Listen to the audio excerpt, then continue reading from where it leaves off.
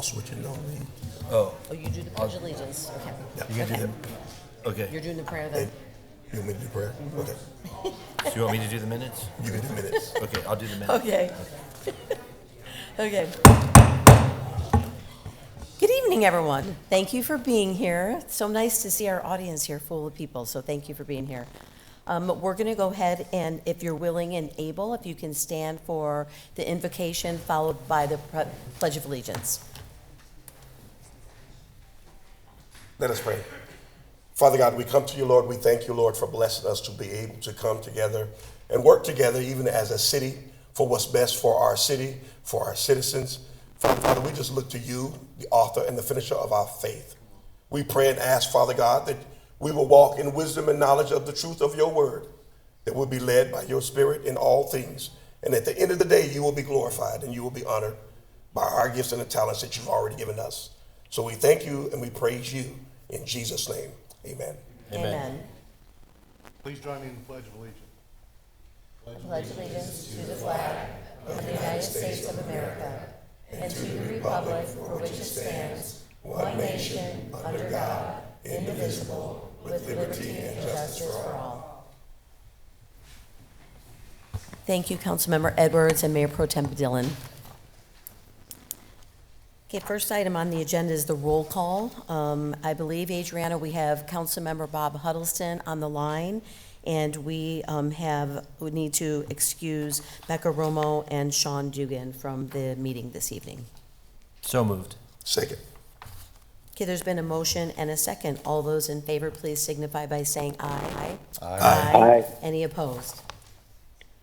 Okay, motion passes. The minutes. Mayor Fitzgibbons, I move to consider the minutes of the City Council regular meeting December 1st, 2025, and accept for the record the minutes of Historic Preservation Commission of September 22nd, 25, Arts and Culture November 4th, 25, Part-Time Firefighters Board of Trustees November 10th, 25, and the minutes of the Planning and Zoning Commission of November 6th, 2025. Second. Okay, there's been a motion and a second. Is there any further discussion? Okay, all those in favor, please signify by saying aye. Aye. Any opposed? Okay, motion passes. The claims. Mayor Fitzgibbons, I move that we approve the claims report for November the 26th, 2025 to December the 10th, 2025. Second. Okay, there's been a motion and a second to approve the claims. All those in favor, please signify by saying aye. Aye. Any opposed? Okay, motion passes. The next item is the meeting agenda approval. Are there any changes to the meeting agenda? Madam Mayor, staff is asking the mayor and council to remove item F2, which is the recognition of Jesus Ramos. He was unable to attend tonight, as well as item I1, which is the pre-construction services agreement with B&F Constructions from tonight's agenda. Okay. Is there anything else from the council? Okay, if we can get a motion to approve the amended agenda. So moved. Second. Okay, there's been a motion and a second. All those in favor, please signify by saying aye. Aye. Any opposed? Okay, we have a couple special presentations this evening. First, we have our swearing in of our new firefighter, Maya Pena. So Maya, if you can come up, please.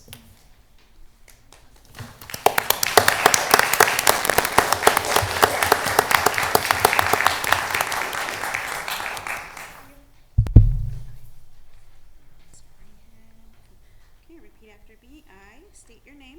I, Maya Pena, Do solemnly swear or affirm do solemnly swear or affirm that I will support the Constitution of the United States that I will support the Constitution of the United States and the laws of the state of Arizona, and the laws of the state of Arizona, and that I will bear true faith and allegiance that I will bear true faith and allegiance to the same to the same and defend them against all enemies, and defend them against all enemies, foreign and domestic, foreign and domestic, and and I will faithfully and impartially discharge the duties of firefighter according to the best of my ability. according to the best of my ability. So help me God. So help me God. All right, congratulations.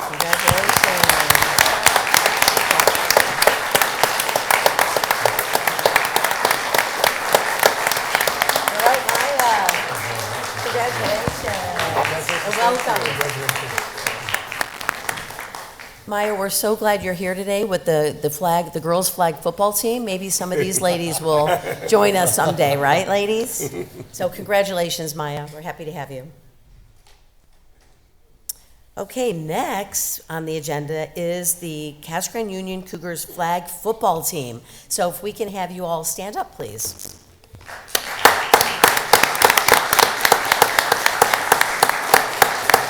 Well, we're happy to have you here today, and so we wanted to, I know this recognition was originally presented at our last meeting, but I guess we know you guys were busy, so weren't able to come. So we're grateful to have you here tonight so we can celebrate your great season tonight.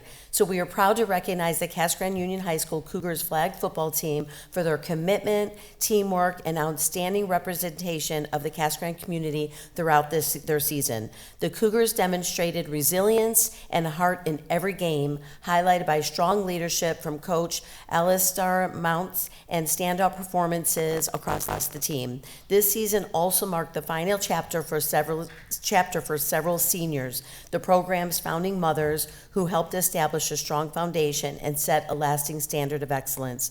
Although this season ended in a hard-fought battle, the team's determination, growth, and sportsmanship reflect the very best of Casa Grande's spirit. So please just join me in congratulating the Casa Grande Union Cougars flag football team for an exceptional season, and we are presenting everyone with a Casa Grande pin and a certificate to represent our community with pride and integrity. So again, congratulations, but before we come down, Coach, if you can maybe come up and say a few words about the team. Okay, up here. Yes, right there, please. Good evening, everybody. The first thing I want to do is just express gratitude for the City Council for inviting us here this evening. In particular, Ms. Fitzgibbons, you've actually given speeches for the girls at Chamber of Commerce Bowls in the past, which I definitely remember, and Mr. Edwards always was there for a kind word as well. So thank you for the invitation. The next thing I want to express some gratitude for is the parents and assistant coaches who keep the engine running. So if they could just stand up really fast, the parents. Yes. Yeah, parents, it's okay. This is about you too, for real. And the assistant coaches. Only one of my assistant coaches can be here tonight. Coach Deb Aguero is here. So that's one of our assistant coaches.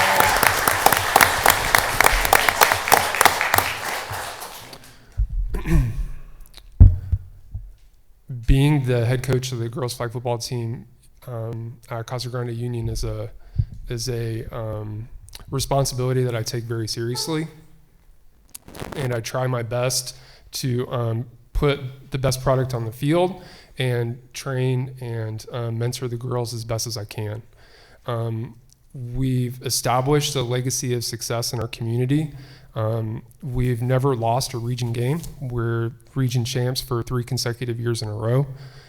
We've made the state playoffs every year that we've been in existence. We've been in existence for 3 years. So we're one of the founders of flag football in the state of Arizona. We take our representation of the city of CG seriously. So we always try to model positivity in when we travel and when we're at home as well. Just to put that in perspective, there's only 4 teams that are awarded by the officials, by the actual officials of AIA, a sportsmanship award. So we were the 5A AIA sportsmanship award winner for this season as well. So we're trying to represent our city as well as we can. I'll just recognize a couple individual players because they do have some pretty amazing personal honors. One of our assistant coaches couldn't be here tonight, Mike Tacker, and his daughter Kayla Tacker. Kayla is a really outstanding player. She's a finalist. There's only 5 players in the entire nation that are finalists for NFL Flag Player of the Year. She just this last week won the Bidwell Cardinals 5A Girls Flag Football Player of the Year for the state of Arizona. It takes a long time to say it because it's really cool. She was also first team All-State safety, defensive back with, I think, 7,000 interceptions. We lost track at a certain point. And then she was also a first-team wide receiver. The other major individual honor we had this past year was Sarah Mounts was for the second year in a row, named Offensive Player of the Year for the Southern region. So it's with great gratitude and humility that I get a chance to talk to you tonight and just thank our city, thank our school district for giving us the opportunity to be a team. I want to thank all my players as well for all your hard work and determination. So thank you very much. Thank you. And if girls can come up, and we're going to come down and get a picture too. Let me get their certificate. Oops, wrong one. I want to get the other one. Sorry, can you get there?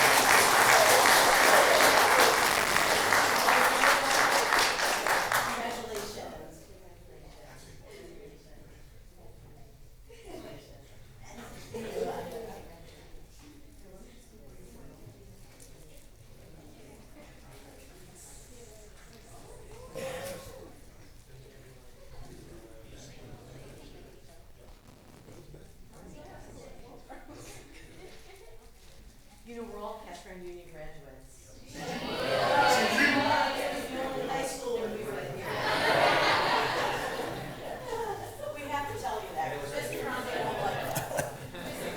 But it is crazy, we all are. No flag football back in those days, right, Anthony? No, matter of fact, the first flag football camp that I did for girls was at Valago. And you all were there. A lot of you all were in that camp. Oh, really? At Valago, that's before they even started the flag football at the high school. Well, good. Again, thank you for being here. Okay, next is our consent agenda. So all items listed with an asterisk are considered routine matters and will be enacted by one motion and one roll call vote of the council. There will be no separate discussion of these items unless a council member or member of the public so requests, in which event the item will be removed from the consent agenda and considered in the normal sequence of the agenda. And I have a few speaker cards for items G4 and G5 and probably G6, they're all together. So I'm going to go ahead and pull those from the agenda, and we'll get to those. G4. Well, Larry, didn't you say G5? Because they're all. It's G4 and 5. You said Well, I know, 6. 6. I thought he said 6 too. That's Oh, the yeah, one. I'm sorry. Yeah. So pull all three? Right, okay. So pull all three, okay. We'll pull those off, and we'll go ahead and, is there any other one? Any other item we want to pull from the agenda? Besides 4, 5, and 6? That's it. No? Okay, so we'll go ahead and have a motion to approve the consent agenda with those 3 items removed. Mayor Fitzgibbons, I would move for approval of the consent agenda as amended. Second. Okay, there's been a motion and a second. Is there any further discussion? Okay, if we can get a roll call vote, please. Adriana? Councilmember Edwards, Yes. Councilmember Huddleston, Yes. Councilmember Herman, Yes. Mayor Pro Tem B. Dillon, Yes. Mayor Fitzgibbons, Yes, motion carries. thank you. Okay, so I know we have the speaker cards for these other items, and they're all together, so we'll go ahead. Larry, do you want to speak on these items first, and then we can have people come in and speak, or how should we move forward on this? Madam Mayor, all three of these items were approved unanimously at the last meeting where the public hearing was held. And so unless there's additional questions that the council may have, I think we can move right into the comments at this point. Okay, great. So we'll go ahead, and I'll start with the first one, which is Margaret Schultz. And Margaret, if you can come up, please, and if you can please give us your address when you are here at the microphone here. And limit your remarks to 3 minutes, please. Good evening, Mayor and Council. My name is Margaret Schultz. I live at 310 West Medlock Drive, Phoenix, Arizona. I'm here today with Worker Powers to speak about the proposed annexation and rezoning of this section of county land. According to city staff documents, the purpose of this annexation and rezoning is to facilitate the expansion of Lucid's automobile assembly plant. Worker Power is not in principle opposed to a Lucid expansion, nor do we object to the city of Casa Grande taking steps to facilitate this expansion. However, we would like, once again, to express concern with the fact that the annexation and rezoning proposal being considered tonight commits the city to future infrastructure improvements, including paving roads, expanding water infrastructure, and expanding the coverage of police and fire departments to cover the land as it is annexing from the county. However, nowhere in the public documents is there an estimation of how much these improvements and expansions will cost. Moreover, these improvements could represent a significant value for Lucid and their expanded plant. The documents also say nothing about how the city would recoup any portion of the value at a later date. Of course, these are items that Lucid and the city could negotiate later on, but absent these details, why would the city agree to approve the zoning and annexation before this agreement is worked out? Even more, why would the public support the expenditure of public resources, having no idea of the cost and no idea of what the city would get in return? At the last city council meeting, we heard statements from Lucid representatives who have said that this annexation and rezoning might not even necessarily relate to a Lucid expansion. So if there's now some uncertainty about what's being proposed, what is the rush then to approve these items? Since we're missing some of this key information, why not delay and hold the vote with the rezoning, annexation, and development plan all together? So for these reasons, we are recommending the council vote no or delay the vote until a further time. Thank you so much for the opportunity to speak. Thank you, Margaret. Okay, I have Seth King. Hi, Seth, if you can give us your address, please. Sure. Good evening, Mayor, members of the City Council. My name is Seth King. I'm a land use attorney with Lucid. My business address is 7373 Gateway Boulevard in Newark, California, 94560. And here tonight asking that you approve the annexation and rezoning items that are before you in the manner that they're presented.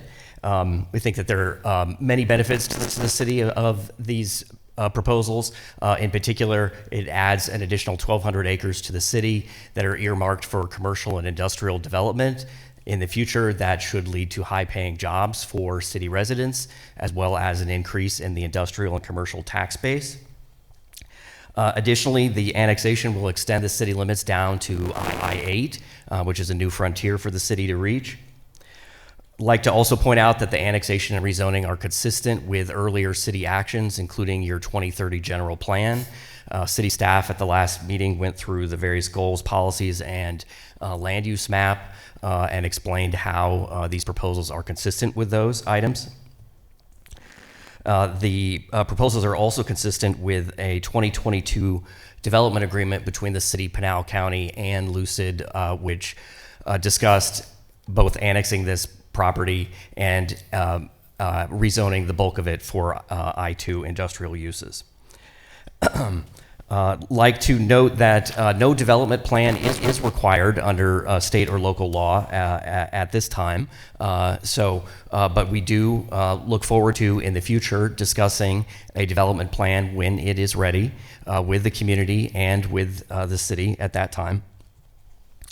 Also want to note for the record that there has, despite these requests that this is moving too quickly or that there's been inadequate opportunity for public comment, there's in fact been ample public notice here, including posting of the property publication about the hearings, mailings to surrounding residents, none of whom have objected. Additionally, there have been articles in the Casa Grande Dispatch, which have also alerted the community to what's going on. This would be the fourth public hearing or public opportunity to comment as well. So there have been many, many opportunities for notice and an opportunity to be heard on this item. I'll also note that the annexation and rezoning do not award or promise any economic incentives to any private parties. And additionally, regarding the question of the cost of future infrastructure, that's something that will be resolved over time when specific infrastructure projects are proposed. And again, we look forward to partnering with the city as we have at the AMP1 site. So thank you, and we ask for your approval.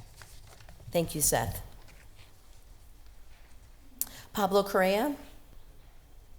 Pablo, if you can give us your address, please.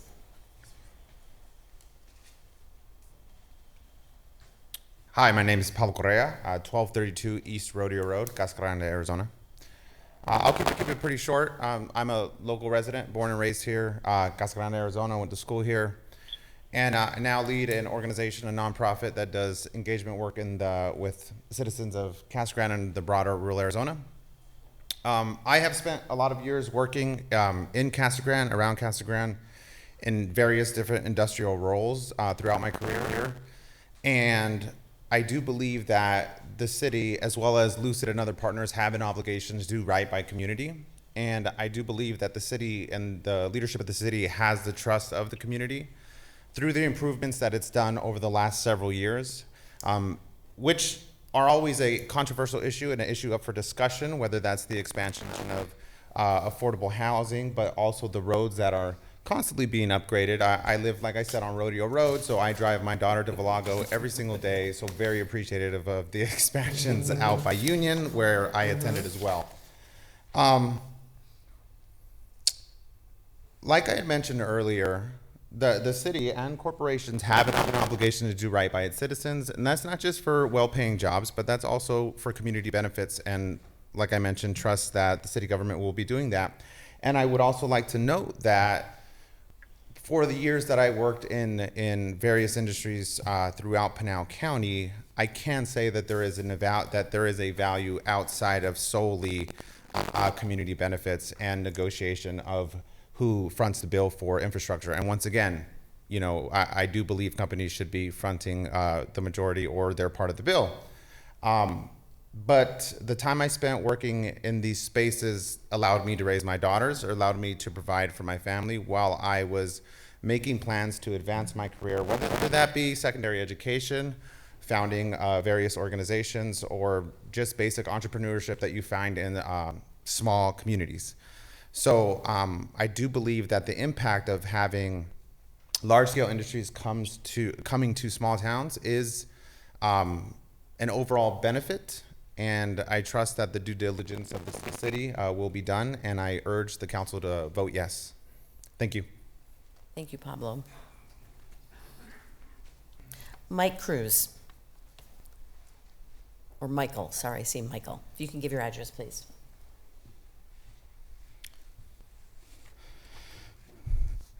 Good evening, Mayor Fitzgibbons and members of the council. My name is Mike Cruz, Senior Policy Manager with Lucid Motors. My personal residence and address is 1113 East 9th Street in Casa Grande, Arizona. As a lifelong resident of this great state and a member of this community, I stand here not just as a representative of Lucid, but a member of this community. What we have before us is something pretty simple. We have a great organization. We have a business here that's invested a lot of money into this community, into the workers, into all of what we do and what we call life here in Casa Grande. And we're trying to fulfill our mission, which is through technology, we create experiences that drive the world forward. In order to drive the world forward, we require the opportunity to grow, to expand, to innovate and create. And as part of that growth and those opportunities come advancement for the community. We've been long, good corporate stewards working with this council, members of this community, the staff here, and we walk side by side, lockstep throughout the entire process. And I stand before you today because what we're witnessing is really a very unfortunate situation where we have an outside political group that has really come down to try to shake down this community for the benefit of their own interest. Quite frankly, their interests do not represent the way of life for everyday Casa Grande residents. Their interests go back to the valley and reach further back into a wide array of different funders and political organizations that support them from California and other means. What I do want to say as we move forward, a lot of the messaging that's around Lucid and us being not necessarily good stewards and transparent, we've been transparent across the whole time that Mr. King represented the entire year, and public comment was available. And we have this last minute, in a sense, a corporate shakedown for their interest. And I will say this, Lucid, this pillar is sustainability. Our focus, we make EVs, electric vehicles. Carbon footprint is in our mind. We are very careful with how we utilize the natural resources that go into our facilities, whether it's energy conservation, whether it is water conservation. We work with Arizona Water Daily, APS, to ensure that our natural resources are protected, to ensure our environmental resources are protected, to ensure our community has a safe commute to Lucid Motors. Everything we do is in the interest of this. Our footprint is a lot less than other industrial users in the area. And as we look to expand and grow, we ask for your support. We're the largest employer in Pinal County. We want to continue to grow. We're growing right now. We're hiring. And the future relies on this vote to continue that growth and to ensure we put Casa Grande first. With that being said, thank you for your time. Mayor, Council, we ask that you move forward with voting to approve the annexation and the industrial amendments to be able to move forward with the industrial I2 zoning as well. Thank you for your time and appreciate it. Thank you. Is there anyone else that would like to speak on these D4, D5, or D6? Okay. Any other questions, comments from the council? Sure. I, of course, have a comment. We received a lot of emails about this from a form email system, and I emailed back. I tried to email back everyone I got. Some of them bounced back, some of them didn't go. And I got a few responses from it, from people living here. And what I said in there is I said, you know, we've been working on this for a year. This is, you know, we've had open public meetings with planning and zoning, February 25, public process, no concerns. I'm paraphrasing here, and about how this fits in with our general plan and everything, you know, and so people could understand how our process works. And some of them I got back said, thanks for the detailed description. I don't have any further issues with this. I thought it was going to be annexed for the sole purpose of being purchased by Lucid.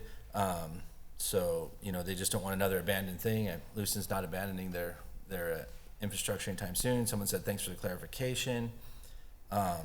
You know, I had one from an employee at Lucid who clicked on the link and said, oh, I didn't understand that. Yeah, I like working there. They really said that. So, you know, so that's the kind of responses I've been getting from people who live in our community. Because I do, like I said earlier, I'm in the people representing business here in town, so that's my job to talk to people who live there. I lived here my whole life as well. I've seen a lot of companies come help us out here. And, you know, questions have been raised. It goes with our general plan. I mean, that's what we've been planning. You know, we've been working on it for a year, and how we pay for stuff, this is our normal operate. We zone stuff, we annex, we zone, then we do the site plan. That's how we've done all of these. And to answer annexation or impact fee questions and service questions, there's impact fees when people do this, and that's what helps pay for our services. Police, fire, water's a whole different company from the city. That's another expense that is borne by them.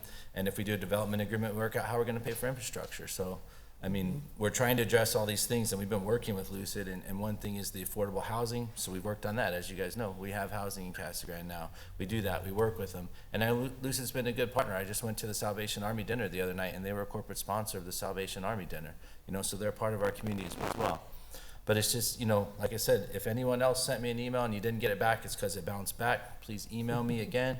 But I did take the time because it was important to me, you know, that we got all these emails, and I talked to the people who live here, and so most of them, you know, were that. And there was one that's asking about how they handle their waste and everything, so I'm gonna look into that and talk to Lucid so we can answer these people's questions, and I'm sure they're gonna help.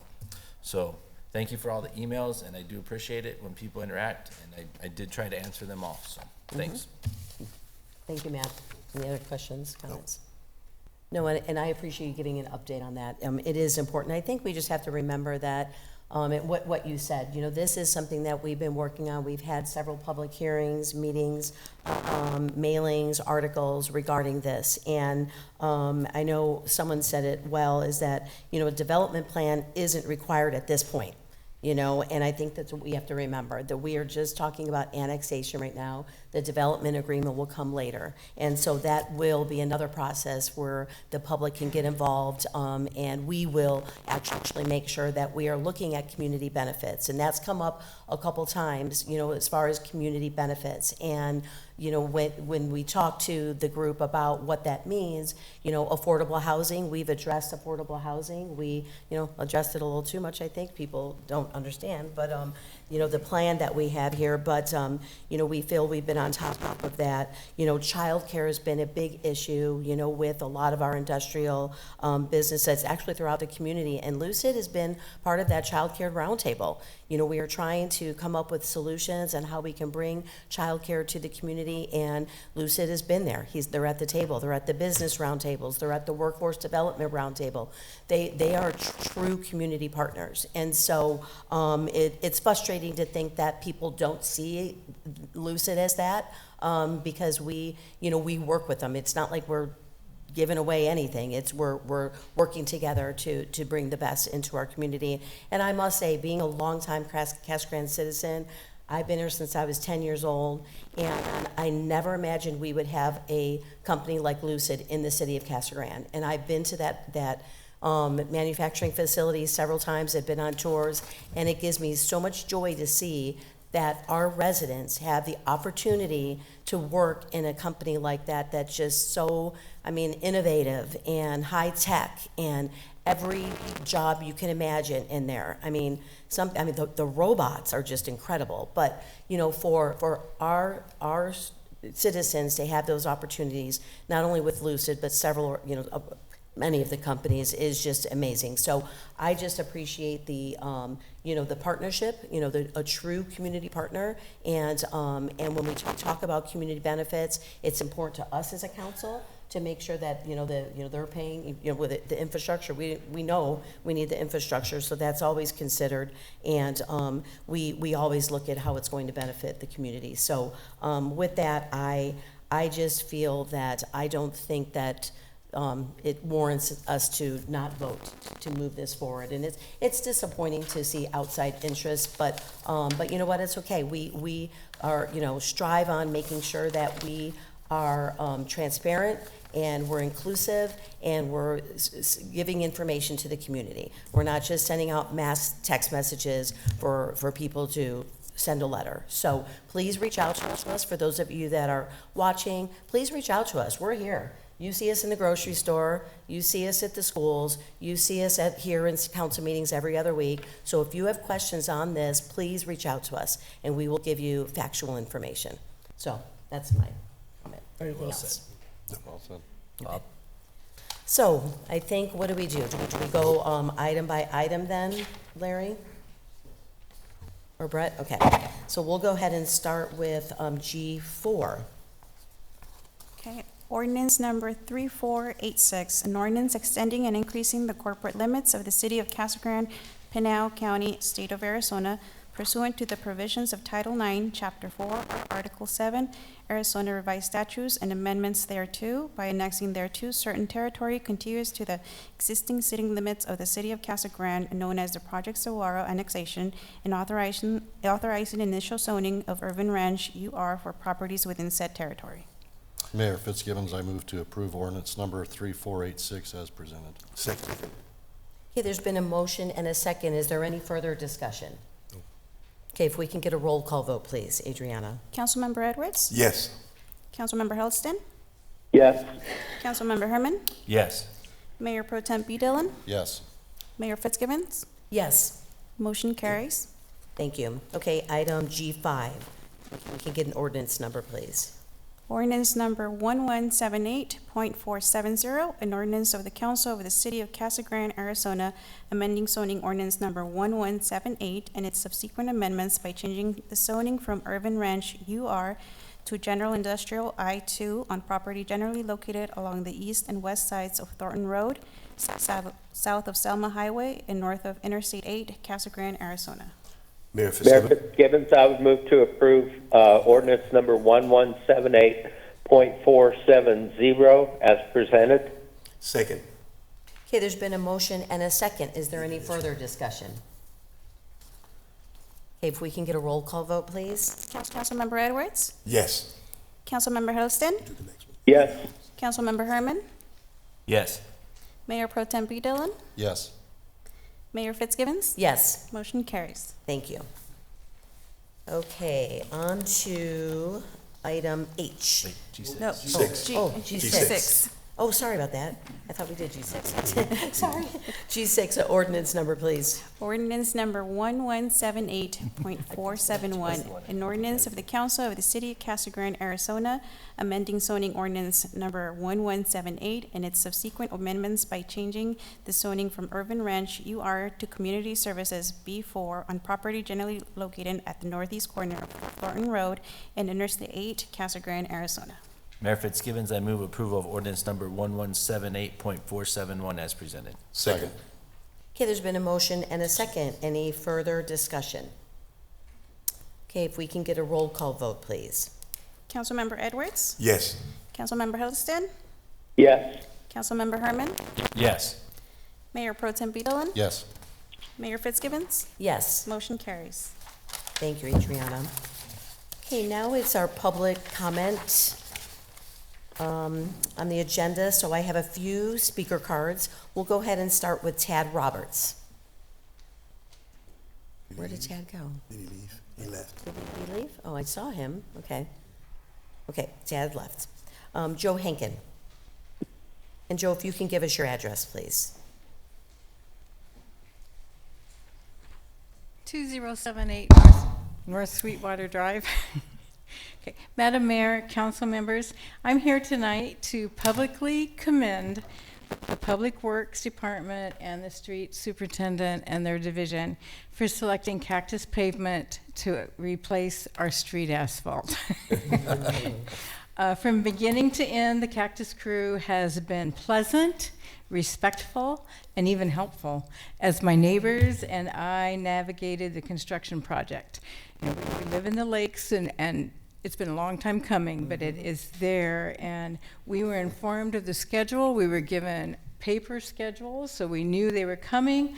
We were given guidance. The workers were courteous throughout the project, and it seemed extremely thorough. I mean, they're still here today, you know, putting the final manhole covers on, so they've been very thorough, and I have not talked to a single neighbor that has not appreciated the work that they've done and the way they've treated our community. So thank you. Thank you, Joe. Thank you for taking the time to come, too. Yes, thank you. Okay, Barbara Sundust.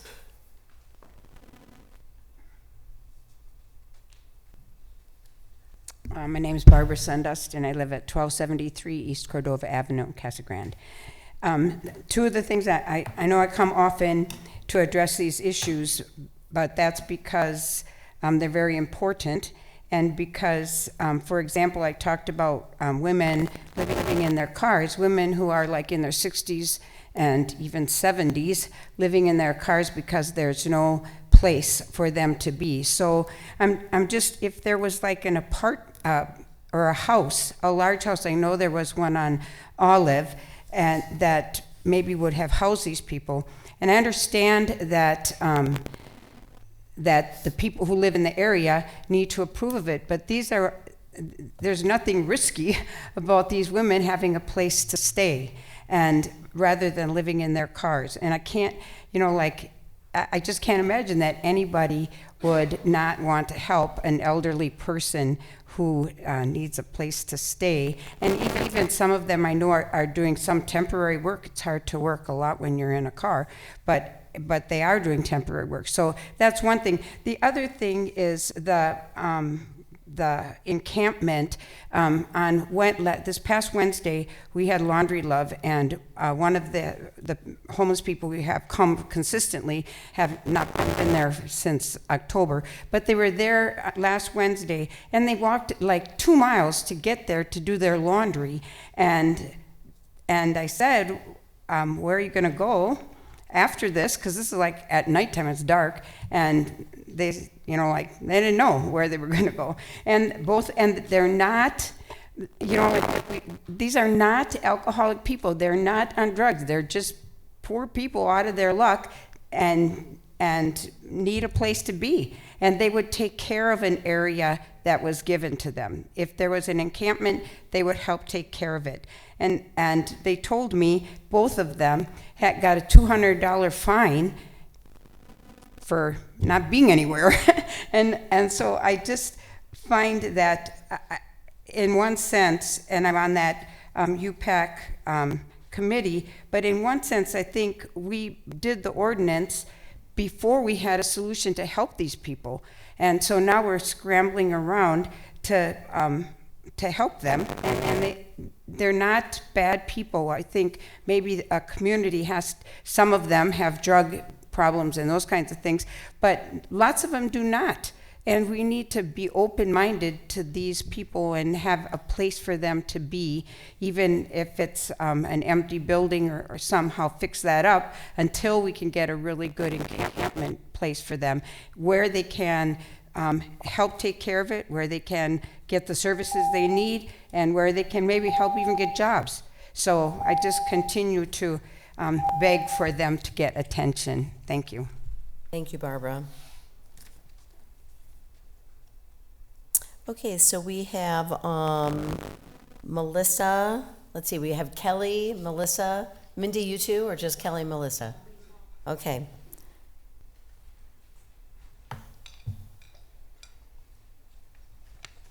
Do you need my address? Yes, please. Okay, I'm Melicios Fuentes, 1402 North Koenig Drive. We're actually here on behalf of the Pinal chapter of We Serve. We're the local realtor association. And one of the things we value most is recognizing community leaders who truly give back.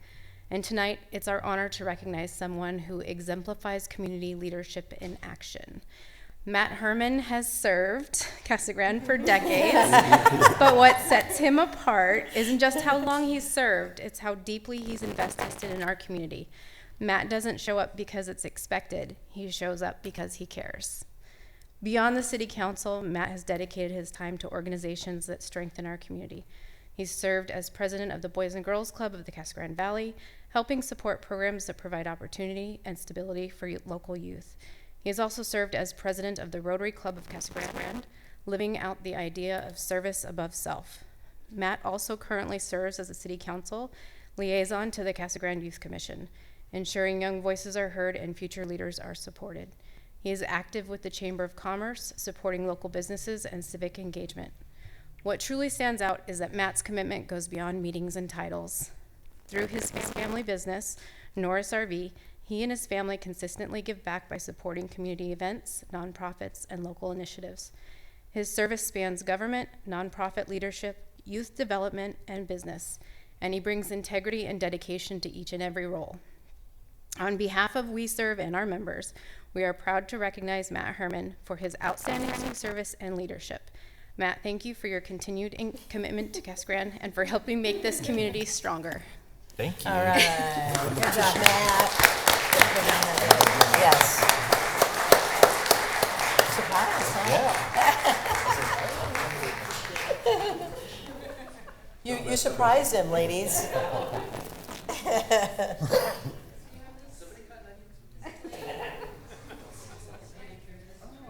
Oh, no comment. Don't say anything. Don't say anything.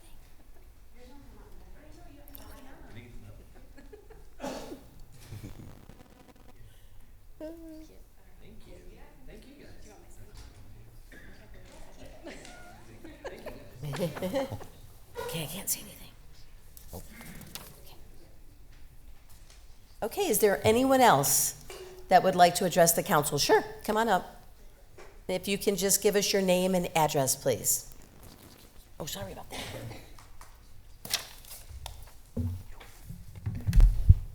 All right. My name's Philip Ricosi. You want my home address or who I'm representing? Yes, home address. Okay. 340 West Calle Rosa, Casa Grande, Arizona. And a lot of you probably know me as Wildman Phil, and I've spent my whole life here educating and entertaining the community.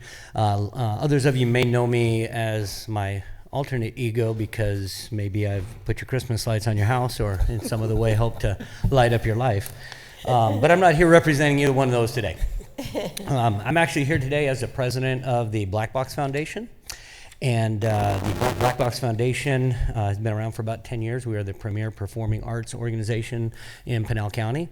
And it was one of these things that I found that a lot of people still don't know who we are. So I wanted to tell you a little bit about what the Black Box Foundation does. We are basically an advocate for the performing arts. We help to get the community involved in doing such things. In the last year, we have had over 275 community members in actual productions, live plays that we put on. We have had 238 of those were our community's youth. So that's where a lot of our heart is the youth of the community. We've actually had 58 different performances this last year, 44 of those being involving the youth of our community. We've had other community events as well. We do karaoke nights, we have movie nights, we had an escape room, dance festival, different things. We've had 9 or 10 of those this last year. And with that being said, we've had over 3,300 people attend just our actual play performances. I have no idea how many people showed up to some of the other events that we do for the community. And a lot of people, as I said, I found out still don't know exactly what we do, how involved we are in the community. And so I want to take this opportunity to invite the city council members and Ms. Mayor to our upcoming, well, it's ongoing, we're smack in the middle of, what we have going now is 101 Dalmatians Kids. And I want to mention, in case you have no idea what we're doing, if you've ever been to one of your school, plays with your kids when they were younger, this is not that. This is actual theater. We actually had 3 nominations last year for the Arizona Awards, which is that puts it on the same tier as like the theaters in all of Arizona, the Phoenix area and everything. And that was a big honor to be kind of up to that level. We also have our youth summer camp, which we do in conjunction with the city. And I'm going to go ahead and just give you guys our upcoming schedule so you can attend to one of our things. And here is some tickets to the 101 Dalmatians performance, which you missed last weekend, but there's a code on here you can get in for free because we like you guys. All right? So you can give it to Larry, but thank you. Could give them to who? Larry. All right, thank you. Thank you, Phil. Everybody's pointing. Is there anyone else? Okay, we'll go ahead and close the public comments. And now to award of contracts. So we have several, looks like Public Works here is on for a few of these. So we'll go ahead and start with item I-1. 2. 1 was removed. 2. Oh, that's right, my 1 was removed. I-2. I know, I have it. Good right evening, here. Madam Mayor and City Council. just want to preface both item I2 and I3 are project management service contracts for several CIP projects that we're moving forward with. So I'll start with I2. Staff recommends that mayor and council approve a contract with Wilson and Company, Inc., engineers and architects for project management design services for various roadway improvement projects in an amount not to exceed $98,000. The city published a request for qualifications, solicitation number 1040-26-CG, and Wilson and Company, Inc., and engineers and architects was selected as the most qualified submitter in accordance with Title 34 guidelines. The city of Casa Grande continues to advance roadway and infrastructure improvements as part of its ongoing capital improvement program. And to support these efforts, the city published an RFQ seeking professional engineering firms to provide project management design services for multiple capital improvement projects. The Wilson Company will provide the project management services through Owen Mills, who will act as an extension of city staff through the design, procurement, and construction phases for the following projects. Project number 26096, the Colorado through O'Neill and O'Neill to Peart Road project. And project number 26088, the traffic signal at Casa Grande and Maricopa Highway and Ethington project. The current scope anticipates intersection improvements at Casa Grande, Maricopa Highway and Ethington, now without the installation of traffic signal. That was included just as some changes of scope were determined needed for the project. Wilson and Company, the service through Wilson Company will include project management, design phase coordination, construction manager at risk procurement support, and construction phase technical assistance for the previously listed projects, which will be provided on a time and materials basis per the attached fee estimate.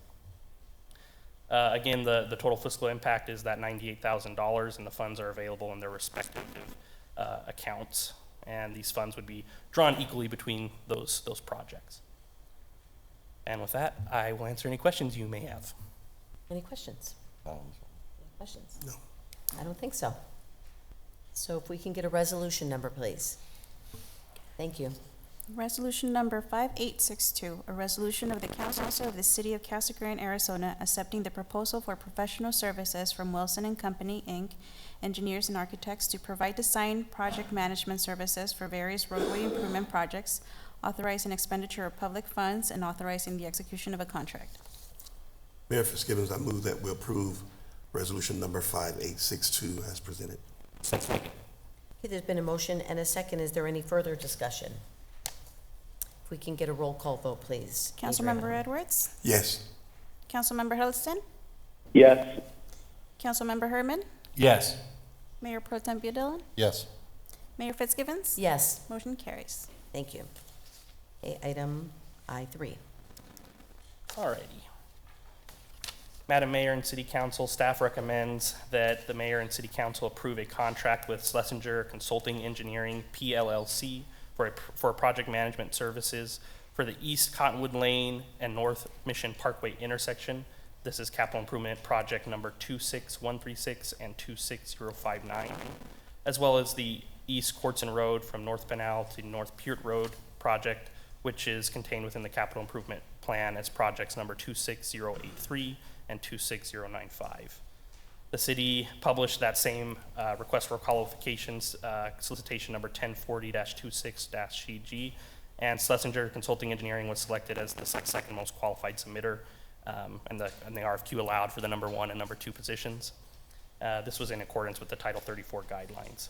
The scope of this work will include project management, technical and administrative services for the Cottonwood intersection and Court Road design projects on a time and materials basis. Project management will be provided by Bill Schlesinger, PE, and charged by categorical rates shown in the fee estimate that was attached. The total cost of these services will not exceed $148,958. The funds are available in the project numbers listed as I stated, and will be equally drawn between the separate projects. And with that, I can answer any questions you may have. Any questions? Yes. Just got a comment. Sure. Just good to see these road projects moving forward. Here we are. Yeah. Madam Mayor, can I make a comment? Because I think it's an important context. We actually are looking essentially to extend the our staff to handle these projects to accelerate them. That's one of the reasons why we're moving forward with the recommendation of just to keep those projects moving forward to meet the expectations. Good, thank you. Thank you. Okay, any questions, comments? If we can get a resolution number, please. Resolution number 5866, a resolution of the Council of the City of Casa Grande, Arizona, accepting the proposal for professional services from Schlesinger Consulting Engineer, PLLC DBA SCE Engineering, to provide design project management services for various capital improvement projects, authorizing expenditure of public funds, and authorizing the execution of a contract. Mayor Fitzgibbons, I move that we approve resolution number 5866 as presented. Second. Okay, there's been a motion and a second. Is there any further discussion? Okay, if we can get a roll call vote, please. Councilmember Edwards? Yes. Councilmember Huddleston? Yes. Councilmember Herman? Yes. Mayor Pro Tempore Dillon? Yes. Mayor Fitzgibbons? Yes. Motion carries. Thank you. Okay, I4. Is that you, Dwayne? Oh, sorry, Clark, I didn't see Yeah, that. He's hiding down there. Down there in the bunker. Nope. There you go. I didn't see him, the flowers right there. There you go. The staff recommends that the mayor and council authorize the city manager to execute a 3-year sole source agreement with Swarco McCain, Inc. for $30,126. The city utilizes the My City TMS, that's traffic management system to provide centralized traffic signal management, allowing staff to monitor and adjust traffic operations across multiple intersections. These systems are operating along Florence, Pert, and Treckle. In addition, the city maintains an adaptive signal control system that dynamically adjusts signal timing based on real-time conditions. This system optimizes corridor flow and reduces congestion during periods of fluctuating demand. This agreement ensures continued support, monitoring, and optimization of these adaptive algorithms to sustain operational efficiency and safety. As stated in the sole source letter, Swarco McCain is the sole provider authorized to maintain and support the My City TMS software. Working directly with the developer ensures compatibility, reduces system downtime, and enables the city to leverage the manufacturer's ITS services and solution team's expertise. Swarco McCain has a long-standing partnership with the city's traffic engineering division, which has enabled familiarity with the city's infrastructure, system configuration, and specific operational needs. No other vendor possesses equivalent access, rights, or capabilities to provide maintenance for this proprietary system. If approved, this contract would begin in February of 2026 and end in February of 2029. The total cost for the 3-year contract is $30,126. Funds are available in account number 101-121-199-6701. Any questions? That's the actual account number. Could you give that to me again?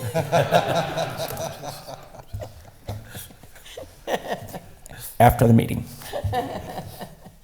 Any other questions? Oh, yeah, one? Do you have a real one, or? I thought that was a real one. No, real quick, I was just going to say, now you said that this right here is for Florence, Pert, and also was it Treckle? Treckle. Treckle. Today, No. yes. Yes, sir. That was Well, real. I was going to tag on to that. Okay. That was the first part of my question. So we spoke earlier during the study session that we're going to looking at updating a lot of our systems on the other streets. So would this also get expanded as part of that expansion? Thank you for asking, Councilman Bindell, and yes, as we improve the infrastructure on these corridors, the improvements that we are going to make is going to be on a corridor by corridor basis, Year 1, we're doing Florence and Pennell as the main corridors. Years 2 and 3, we'll be looking at Cottonwood, McCartney, Early, all the other main corridors. We'll get the improved infrastructure, and we'll be implementing this tool on them too. Good. Okay. Any other questions, comments? Okay, if we can get a resolution number, please. Resolution number 5863, a resolution of the Council of the City of Casa Grande, Arizona, accepting the sole source provider offer from Swarco McCain, Inc. for My City TMS and adaptive maintenance, authorizing expenditure of public funds and authorizing the execution of a contract. Mayor Fitzgibbons, I move approval of resolution number 5863 as presented. Second. There's been a motion and a second. Is there any further discussion? Okay, if we can get a roll call vote. Councilmember Edwards? Yes. Councilmember Huddleston? Yes. Councilmember Herman? Yes. Mayor Pro Tem B. Dillon? Yes.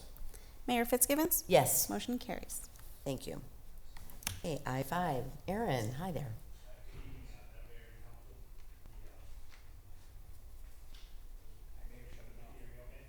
No, I don't think it's on. Hit that button right there. There you go. You're on.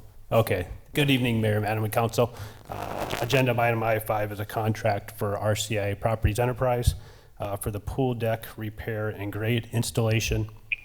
Staff recommends that the mayor and council authorize the city manager to award a contract with RCI Properties Enterprise LLC not to exceed $303,348 and to authorize funds in the amount of $340,000 to include city contingency up to $36,652 to complete the pool deck repair and grade installation project at Palm Island Family Aquatic Park. To procure this project, the city of Casa Grande conducted a competitive solicitation process through request for proposals. A total of 3 proposals were received from this solicitation. Following a thorough evaluation, the selection committee determined that RCI Properties Enterprise was the most responsive and responsible proposer, whose submittal represented the best overall value to the city. RCI's Properties proposal was the lowest of the 3, with a total cost for the base project of $268,418. RCI's proposal also included 3 optional recommendations, and the city has determined to include 2 of those 3 options: new depth markers that would be installed on the pool deck, and removal of all the plastic joints and replacement with a silica joint filler for an optional total of $35,019, which brings the total contract to $303,438. The scope of work for this contract encompasses 3 distinct projects. The first being pool deck drain and replacement. That's essentially all the drains that capture the water that gets dropped on the pool deck from pool patrons and filtering that out back out to the, away from the pool system. The pool deck resurfacing and coating. And then the third project being the pool gutter grate installation. The pool gutter grates are the white grates that you walk over as you go from the pool deck into the pool, essentially. RCI's Properties Enterprise provided a detailed visual timeline indicating the construction activities will occur from January to March, with substantial completion from March 27th, 2026. The project supports the City of Casa Grande's strategic plan by investing in the continued care and maintenance of critical build and public facilities. The city use of transparent, competitive procurement processes ensures fiscal responsibility while preserving valuable community assets for the enjoyment of the residents. And also, Madam Mayor and Council, I wanted to add too that there's, essentially there's 2 replacement components to our Palm Island Aquatic Facility. The first being the mechanical systems, which would be your pool pumps, your filtration systems. Those are all upgraded and replaced in 2020. This would be your first kind of structural component, which would be the pool decks that this project would cover.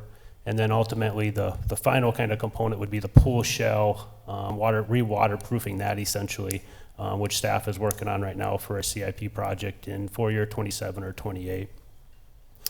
The contract amount for the scope of work shall not exceed $340,000. Funding for this project is available through the approved 4-year 26 capital improvement plans, which include project number 240009 in the amount of $27,063. CIP project number 25124 in the amount of $150,000 for aquatic upgrades. In addition, the department will be utilizing $16,000 from our operations budget and transfer $146,937 from the Velago Park basketball court CIP. And I just want to provide a little more content to the Velago Park project. You know, in September, we've been working with a contractor through Mohave Cooperative Purchasing Agreement. That contractor gave us kind of some rough estimates, about $200,000 to replace the basketball court at Velago Park. So I was hoping to have a firm cost kind of bid essentially before this meeting. Unfortunately, I don't, but we are confident that we are going to be right around that $200,000 project, essentially giving us some additional funds from that project to be able to transfer to this project. So just so a little more content on that, I want to kind of reassure that that project is still very much in the works for this year. So I guess with that, I would open up to any questions. Any questions? No. Just a comment, I do appreciate the way you guys, the procurement process you guys used on this one. I do like it. I feel it's competitive and we still get the best quality, so. Sure. Aaron, thanks for a very good explanation of all this. I appreciate that. And also, as we learned earlier, is this pool drain's going to catch for that effluent because it's getting to be very valuable. So we want to make sure it gets back in our system, okay? Very much. Okay. No other questions? So if we can get a resolution number. Resolution number 5864, a resolution of the Council of the City of Casa Grande, Arizona, accepting a proposal from RCI Properties Enterprise LLC for the pool deck repair and grate installation, authorizing the expenditure of public funds and authorizing execution of a contract with or purchase order to RCI Properties Enterprise LLC, and authorizing the transfer of budget authority. Mayor Fitzgibbons, I move to approve resolution number 5864 as presented. Second. There's been a motion and a second. Is there any further discussion? If we can get a roll call vote, please. Councilmember Edwards? Yes. Councilmember Helston? Yes. Councilmember Herman? Yes. Mayor Pro Tem B. Dillon? Yes. Mayor Fitzgibbons? Yes. Motion carries. Thank you. Okay, back to Public Works, I-6. Good evening, Madam Mayor and Council. Staff recommends that Mayor and City Council authorize a contract with Franklin Striping Incorporated for the installation of paint stripes and markings on roadways within the city as part of the annual pavement maintenance program for an amount not to exceed $257,821. Staff is requesting authorization to execute this project utilizing an existing contract through Maricopa County 210109-S awarded to Franklin Striping Incorporated. This contract would provide for pavement striping to various city streets within the city. On average, pavement striping is replaced every 3 to 5 years, with heavy traffic areas requiring shorter increments. The contract amount of $226,821, along with the owner's contingency of $25,000, will be paid from the streets account, annual pavement maintenance account. This fund has a current balance of $3 million, with $300 set aside for pavement striping. And with that, I'll be happy to answer any questions. Any questions? No. Okay. Now a resolution number, please.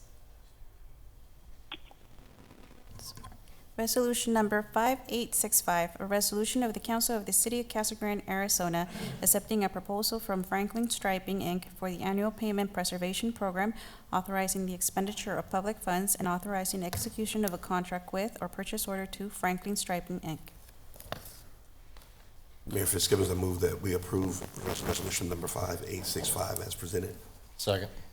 Okay, there's been a motion and a second. Any further discussion? Okay, if we can get a roll call vote, please. Councilmember Edwards? Yes. Councilmember Helston? Yes. Councilmember Herman? Yes. Mayor Pro Tem B. Dillon? Yes. Mayor Fitzgibbons? Yes. Motion carries. Thank you. Okay, boards and commissions, J1. I don't see Regis here, but we. She's here. Oh, Regis! She's You're behind Mike. You're behind Mike's hat. I'm so sorry. Well, nice to have you here, Regis. Thank you for being here. So if we can get a motion to approve the appointment of Regis Summers to the Arts and Culture Commission. So move. Second. Big second. There you go. There's been a motion and a second. All those in favor, please signify by saying aye. Aye. Any opposed? Okay. Thank you, Regis. And again, thank you for serving. I know you were on this commission for many years before, and so we just appreciate you coming back and share your expertise and vision and passion. So thank you very much. We have a lot to do. Okay, item K1. Richard. Good evening, Mayor and city members of City Council. Tonight, staff is recommending the approval of an ordinance which authorizes the sale of lot number 7 in Phase 2 of the Donald M. Kramer Airport Industrial Park to Casa Grande Air Center, LLC, for the $156,816 per acre, contingent upon necessary approvals and compliances with the industrial park protective restrictions and planning and zoning site plan requirements, and authorize execution of all documentation by the city manager. Lot number 7 represents the last lot that the city owns in the Phase 2 of the Airport Industrial Park that is available for sale. This lot is located between Goshawk and the city's North Operations Center, immediately adjacent to this to the municipal airport, and has a through-the-fence access point that the company is planning on constructing and using to support their aviation-related business. Casa Grande Air Center is interested in purchasing this lot for the purpose of being able to build a facility for which they will conduct their airborne operations services and air tanker training programs. The facility will also include meeting space for events and a small museum featuring vintage aircraft and firefighting items. Based on the selling price of $156,816 per acre, the total estimated purchase price for this 4.001 plus or minus acres is approximately $628,832. And with that, I will answer any questions you might have. Any questions? No? All right. Sounds like a great addition to the airport, Yes, though. yes, it's a great operation, and we're happy to have them. Right. Are they coming from another area? No, they've been actually working out of a space that they've been leasing, but they're expanding, and they want to customize their own facility so that they can be actually do more operations and more training. So it's awesome. Okay. Great. Thank you, Richard. Okay, if there's no other questions, if we get an ordinance number, please. Ordinance number 3490, an ordinance of the Council of the City of Casa Grande, Arizona, authorizing the sale of real property located at Lot 7 of the Donovan M. Kramer SR Industrial Park, Phase 2 at the Casa Grande Municipal Airport, authorizing expenditure of public funds for reasonable and customary closing costs, and authorizing execution of a documentation by the city manager. Mayor Fitzgibbons, I move approval of ordinance number 3490 as presented. Second. There's been a motion and a second. Is there any further discussion? If we can get a roll call vote, please. Councilmember Edwards? Yes. Councilmember Huddleston? Yes. Councilmember Herman? Yes. Mayor Pro Tem B. Dillon? Yes. Mayor Fitzgibbons? Yes. Motion carries. Thank you. Okay, public hearings here. L1. Larry, is that you?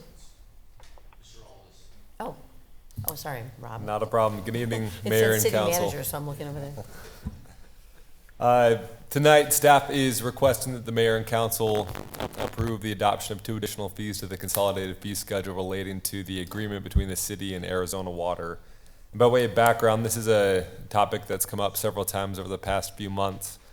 And essentially, in summary, this agreement with Arizona Water is intended to help address issues with collection of wastewater rates, because that's something where the city has lost millions of dollars of wastewater revenues that could have otherwise been collected.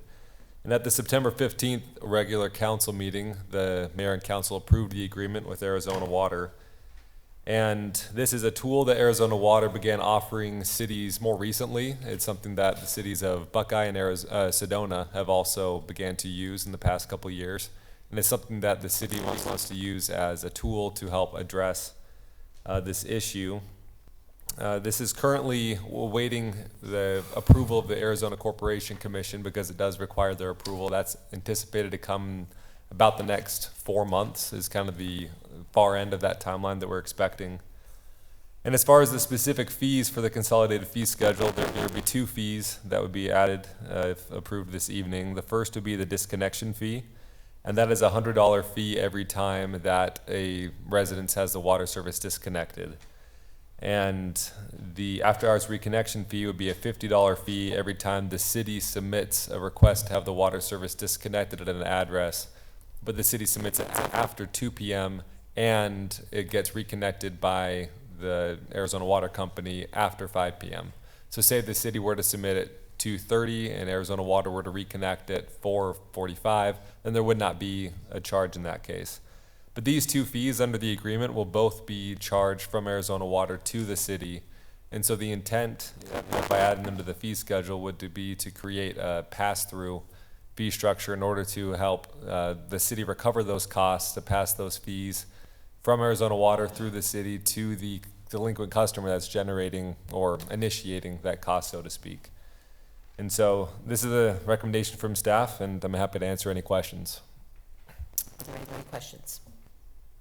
Just clarify, this is only for people who go through all the process and don't pay their bills. It's not Correct. like we're charging everybody this. Correct. Yeah, Just to be that, clear. thank you, Councilmember Herman.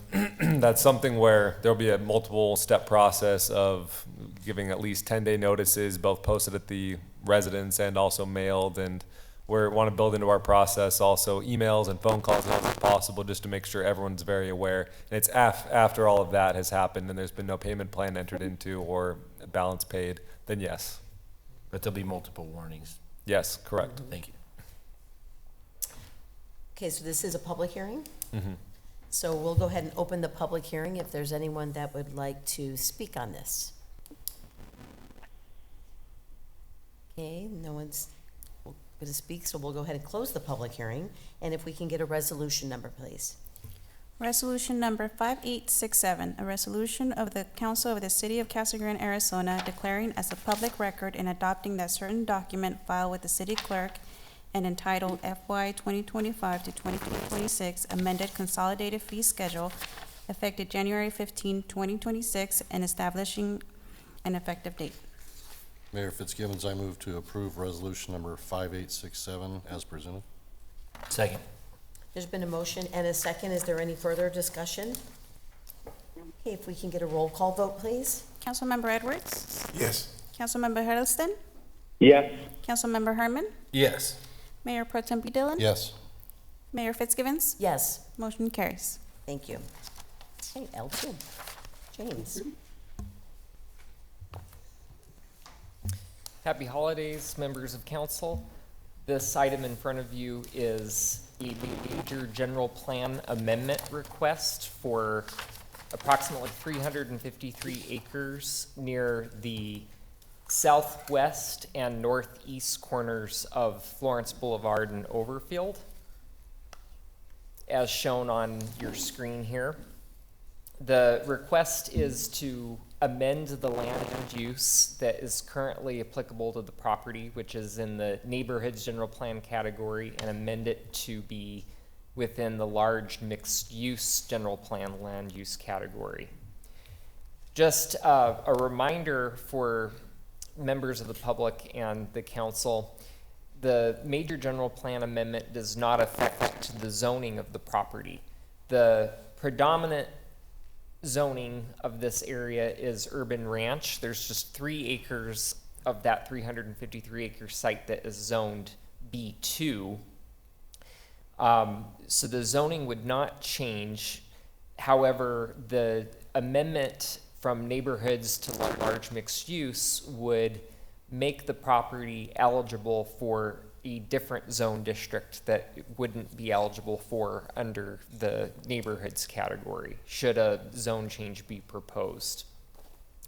Within the existing general plan category of neighborhoods, it's predominantly designed for and intended for single family land use at a density of 4.5 dwelling units per acre or less. However, there are limited areas that within the neighborhoods category that does support multifamily development and commercial development. Interestingly, the urban ranch zoning isn't included as an appropriate zone district within neighborhoods, but that zone district, as I mentioned, would continue until such time a zone change was requested. As you can see, an excerpt from our general plan includes the appropriate land uses for neighborhoods and appropriate zoning categories. The request to place this 353 acres into large mixed use is to take advantage of its location just east of I-10 in an area that is showing a lot of development promise. In the large mixed use category, it's supportive of multi-purpose mixed use developments. It's an alternative to conventional residential, commercial, industrial developments. You have to have a minimum of 320 acres for an area to be considered within the large mixed use category. And then there's certain rules with regard to what can be developed within it. No more than 70% of the area can be proposed for commercial uses, and no more than 50% of the area can be used industrially nor residentially. And as you can see within the large mixed use category, it does have a broad range of land uses that are considered appropriate. It is a mixed bag. It's a unique land use category because it does support not only residential and commercial but also industrial. Because of that mixture, PAD zoning is the only appropriate zone category that can be considered for large mixed use. So that way the mixture of uses can be thoughtfully placed, as well as specific development standards to provide for compatibility, not just between the different uses within that area, but also with respect to what's surrounding that area. When taking a look at surrounding future uses, there is commercial use intended for properties to the north and west of the site, and to the south and southeast of the site is intended for single-family land use. And you could see also a little bit further to the east is designation that would support multifamily outside of this area. And so should this be changed to large mixed use, the next step for the applicant would be to propose a PAD zoning, and they have not yet submitted any type of zone change request. But just as an example of how a large mixed use would work, it would be likely that the applicant could propose an industrial use or a mix of industrial use near the prominent intersection of Overfield and Florence. That would be in a location that is furthest away from conflicting land uses. And then as part of their PAD, they could potentially propose residential of varying densities behind that, between the industrial and the less intense uses. And then there'd be the potential for commercial development as you get towards the areas that are closer to the single-family residential designated lands. And then this graphic is interesting because even though when you go east of I-10, once you clear the promenade, it's just wide open field, there's lots of entitled property out there. And this graphic shows just to what degree of entitlement exists. You have Post Ranch to the east, which is a single family area for the most part, although there is some area designated for multifamily and commercial. And then you have area with certificates of assured water supply, not only in Post Ranch, but directly to the south, 2 single-family neighborhoods. Eagle Meadows is another future single-family neighborhood. But to the north, you have Overfield Farms with a wide variety of uses. So the idea to place this in a large mixed use will serve as a hub, not just for the future land uses on the east side of I-10, but because of its proximity to I-10, a great location to attract traffic from other areas and regionally. When looking at general plan amendment criteria, it predominantly relies on conformance to the city's general plan. I do want to point out that on the east side of I-10, large mixed use is not an orphan. The Phoenix Smart area is within that land use category, as well as an area north of the promenade. So this would be the third location east of I-10 that would be placed in that large mixed use category.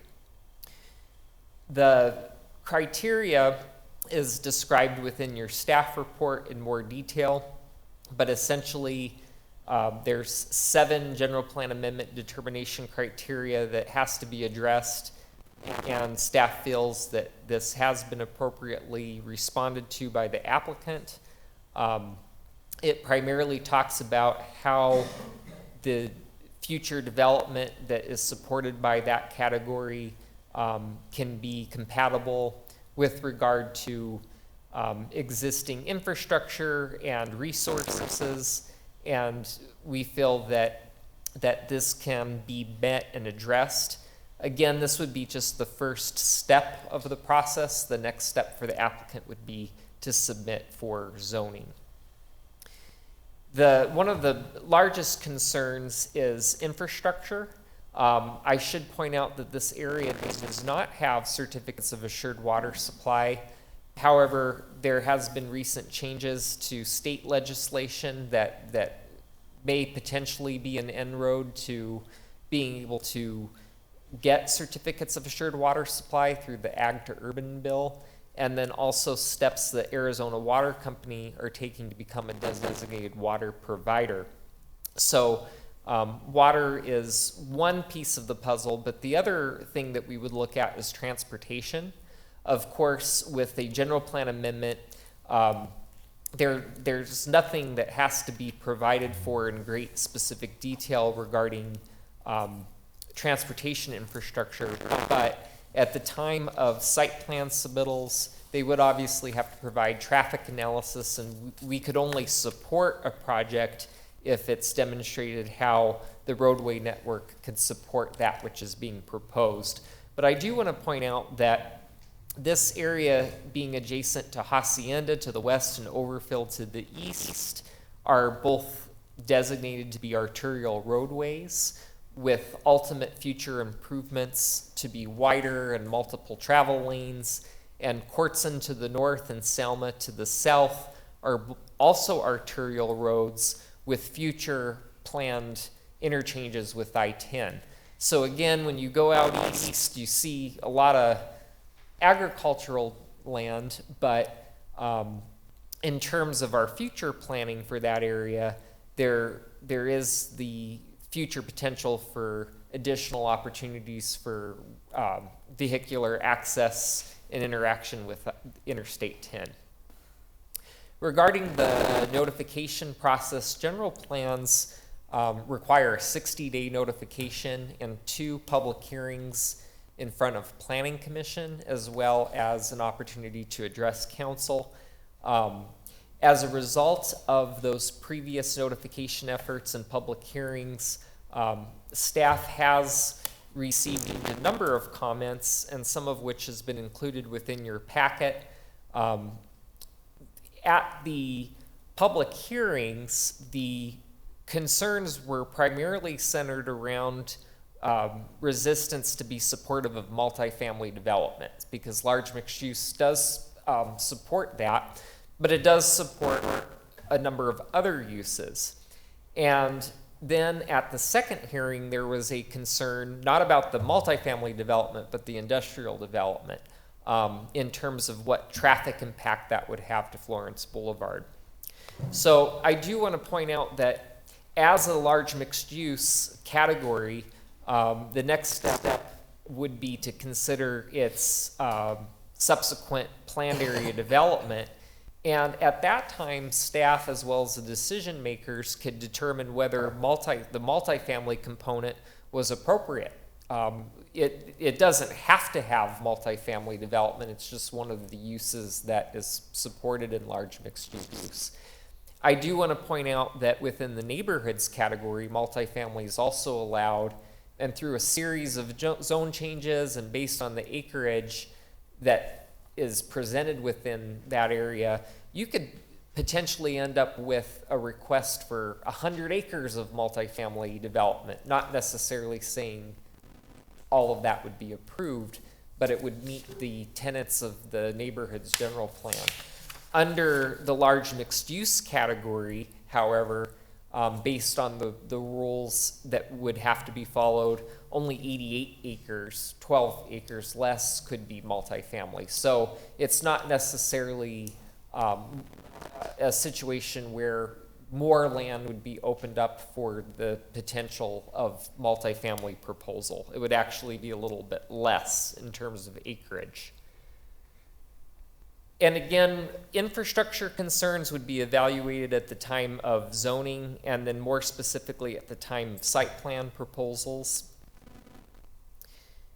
And then any concerns about changes to that zoning would be evaluated at that time. Once we were to receive a planned area development zone and that were to get approved, one of the concerns were, well, what's to keep someone from changing it after it got approved? Well, that's true, but any change regarding height or orientation of uses or introducing new uses would have to invoke yet another public hearing process for further evaluation. So at its November 6th meeting, Planning Commission did vote unanimously to forward to council a recommendation to approve this general plan amendment. And that concludes my presentation. Thank you, James. Any questions? It is a public hearing. So if there's anyone that would like to speak on this, now's the time to come up. No. Okay, we'll go ahead and close the public hearing. And any further questions then? Okay, so if we can get a resolution number, please.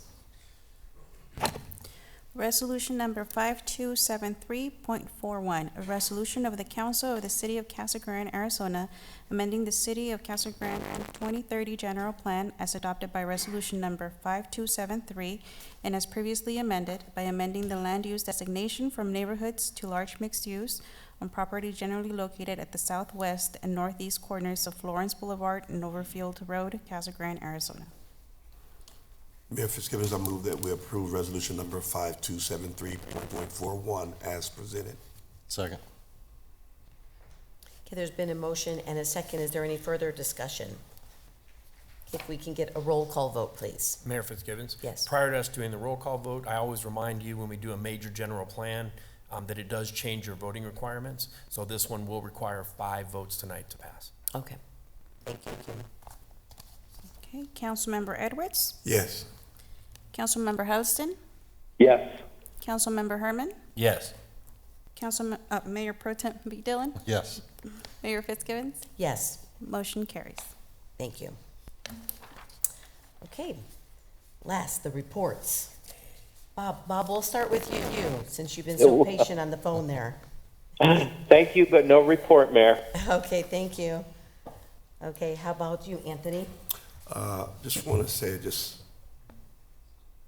I want to word this the right way. In my prayer, I wanted to add something and want to be praying for the families that have been affected with the shootings and the different violence that's been going on throughout our world. Also, I believe this will be the last time we see each other before the new year. So I want to wish you all a happy holiday season and I hope you have a blessed new year. Look forward to working with you all in the new year. I also want to make mention, I know our calendars are getting full for the month of January already. Just want to make mention of a couple things coming up on, and I'll speak for Rebecca real quick. First of all, the Unity March will be on January 15th. I think this is about 20 years they've been doing this. I think Jeff Lavender did it for many, many years. She's in charge of it now. And that is, like I said, January 15th. It starts at 12 noon, and they'll walk from Lynn Cola down to Pert Park. And from there, we have a program there, about 30 minutes. Also on that day, Faith Alliance is having their big luncheon, and our mayor is the speaker at that luncheon. She'll have a busy day that day. And so just wanted to make mention of that. That's going to be at the LDS Church off of Colorado. Let's see, also on January the 19th is our annual MLK Day celebration, where we have a lot of, we're doing a day of service as well. And a lot of our students come and they help out. We have like 400 workers that'll be there. Your young group, youth commission is going to be there.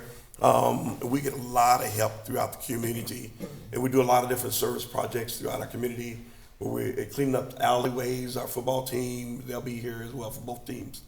The alleyways, we just take care of the whole corridor. Carving that park. Of course, PERT will be cleaning up Florence Boulevard. Just things that we'll be talking about, I guess, at the city meeting as well. So we're looking forward to a wonderful time. That starts at 10 a.m. We'll be giving away free food as well. We'll be cooking and having the hot meal, but we're also going to be giving away free food. On last year, we gave away 150 bags to whoever needed it. And so we look forward to giving back into our community and helping our community once again. And I believe that's the last one that I had. Thank you, Anthony. And Matt. I have to follow Anthony, but okay.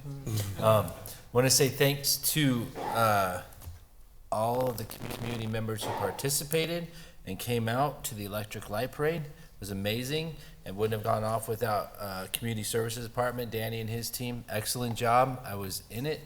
I got to see it. I've done it a lot of years, and it was a very smooth process. So thank you to pass that along to your staff as well, Danny. You did a great job, and the community, the floats are amazing. So you can see all those results online.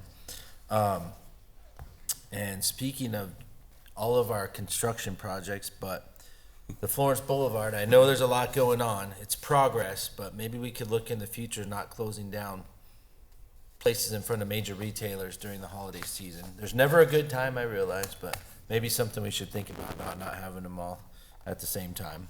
Got to go to the Police Foundation ball on Saturday night. It was a lot of fun. Rang the bell. Well, I know Larry did as well. I think Lisa has. If you haven't done it, help the Salvation Army. It's great. You see all the people. You see all the people in our community, and it's great to see how generous people in our community are. And you know, all the kids, families, everything going in and out. I did it at Walmart, was my station, so there was a lot of people there. So a lot of fun. And then last night, there was the 5th annual menorah lighting here at City Hall. You know, with everything that was going on, as Anthony mentioned, it was, you know, it was an event, and it was nice. Everyone felt safe, thanks to the police department, the city, the local Shabbat, I didn't say that right probably, but, and the community. And the rabbi that was there and Lisa, as mayor, gave great message about spreading light. And so I'll just leave it at that. And it was really a great celebration, and it was a good turnout. So it's really neat to have that in Casa Grande, because I lived here my whole life and haven't seen that until the last 5 years. So it's pretty cool. So with that, Merry Christmas, Happy Hanukkah, Happy Holidays, whatever you have. But thank you. It's a great city, and have a happy holidays. Thank you, ma'am. The electric light parade was a great time.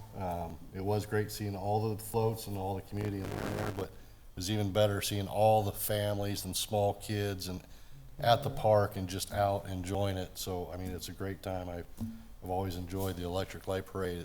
It's a great show, and Parks and Rec does a great job with that.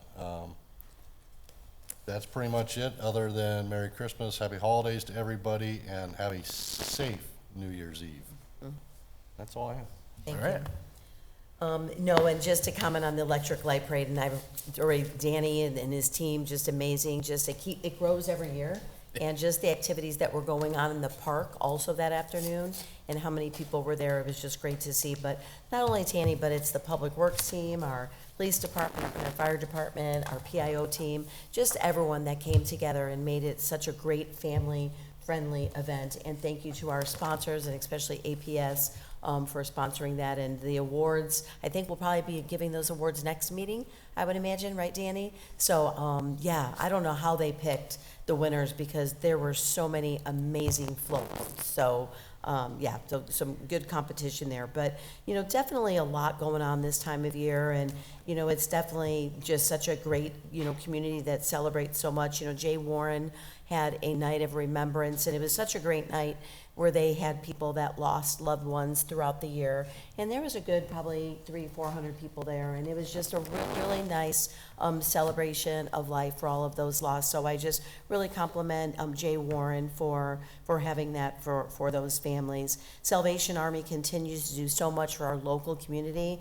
We had the bell ringing kickoff dinner, which was a lot of fun with the police and fire having a competition. The fire department won, of course, so, you know, for raising more money that night. But yeah, if you haven't done the bell ringing, please do. They're always looking for bell ringers, and they're still trying to meet their fundraising goal. So Police Foundation, they do so much for the community. It was a great dinner this Saturday, raising money for children. They have their big Blue Santa distribution next, or this Saturday, where they'll be giving, I think, about 400 or 500 toys to kids throughout the what? 700 toys to community children. So that's Saturday. And just the many agencies, I don't know, I've been to that Table for All. They have just community dinners in the city. And they just want people, they just advertise on social media and have people just come out and they just feed them, you know, no fees, no anything. And so I just wanted to really thank that group as well as everyone else, you know, that's serving our community. The lighting of the menorah was really nice. Again, Matt, thank you for being there. It was great, especially in light of what's happening in the world, especially in Australia. It was good for us to show unity and, you know, inclusiveness and welcoming people of all religions in our community. So, but as far as activities with the city, the Leadership Academy is accepting applications. Those are due January 2nd. So if anyone would like to participate, please go online. Those classes or sessions start February 4th, and they're from 6 to 8:30 p.m., and it's a great program. So if you're interested, please go on, because I know it kind of fills up really fast. You know, APS had a really nice update. A few people were there. Their energy update was really interesting. So thank you for APS for coming to that. Arizona Water Company, we can continue to do work with Arizona Water Company on, of course, our ADAWs. You know, we're hoping and keeping our fingers crossed we get some good news in the next week or so, but thank you for your partnership too. I was able to meet with the governor on Friday with 7 other mayors, and it was great. It was before the legislative session. She wanted to hear some of the issues that we as a city are, you know, concerned with. So we talked about revenue protection, which is the food tax, state shared revenues, transportation, housing, development, of course, talking about local control with development, blighted properties. And one of the big topics was data centers, because so many cities are mixed about where they are with data centers. We all know we need them, but there's some cities where it's just a little difficult. They don't have the land, you know, so some of the bigger cities are pushing back a little bit, but some smaller cities are a little bit more open. We all love using our phone, right, and using AI and all that stuff, so we definitely need data centers, but it's probably going to be a big topic for this upcoming legislative session. So with that, MLK, thank you for your team and everyone, all the volunteers that are putting that together. I look forward to participating at the Martin Luther King Day of Service. So again, everyone, please, you know, wish you all and your families a very Merry Christmas, Happy Hanukkah, and a very Happy New Year. So thanks for being here. And anything else? All right, so we'll go ahead and make a motion to adjourn. So moved. Second. All those in favor, please signify by saying aye. Aye. Okay, did we do it? Do it. We'll see you, Bob. Okay, I know. No. Did he say something?